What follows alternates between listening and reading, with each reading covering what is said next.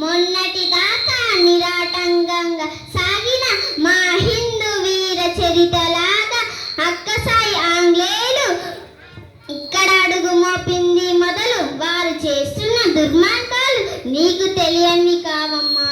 మాయిజీ మన హిందువుల గుండెల్లో గుచ్చిన కత్తుల్ని నీ నీటిలో కడుగుతున్నారమ్మా. అక్కసాయి ఆంగ్లేయులు భారత వీరులారా విన్నారుగా గంగామాయి ఆదేశం. త్వరపడండి, ఎన్నో మైళ్ళు ప్రయాణం చేసి గమ్యానికి దగ్గరలో ఉన్నాం. మరింత ఉత్సాహంతో ముందుకు సాగండి. భారతదేశం గవర్నర్గా నియమించబడ్డ వెంటనే ఆ దుర్మార్గుడు అమలులో పెట్టిన రాజ్య సంక్రమణ సిద్ధాంతం సంతానహీనుల రాజ్యాలు బ్రిటిష్ వారి ఆస్తులుగా మార్చసాగారు.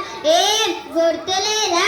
సదారాన్ని సర్వనాశనం చేయడం మరిచిపోయారా? నాగపూరి నమిలి మింగేయడం తెలియదా?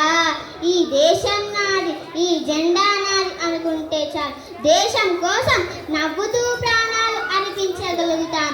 నా మాట వినండి, వెనకడుగు వేయకండి. ప్రజలాడే మీ ఖడ్గాన్ని పిడుగులుగా జలిపించండి. కదలకండి. మన కోసం, మన భావితరాల కోసం, పవిత్రమైన ఈ మట్టి కోసం జీనా హై తో మరనా కదం కదం పర్ లడ్నా సీఖో. ఆగే బడో, ముందుకు దూకండి. అడ్డొచ్చిన శత్రువు హతమార్చండి. అమ్మా భారత మాత మాయి మరో జన్మలో కనీసం ఈ దేశం కోసం పోరాడే వీరుడి చేతిలో కత్తిలా నేను పుట్టించు తల్లి, పుట్టించు.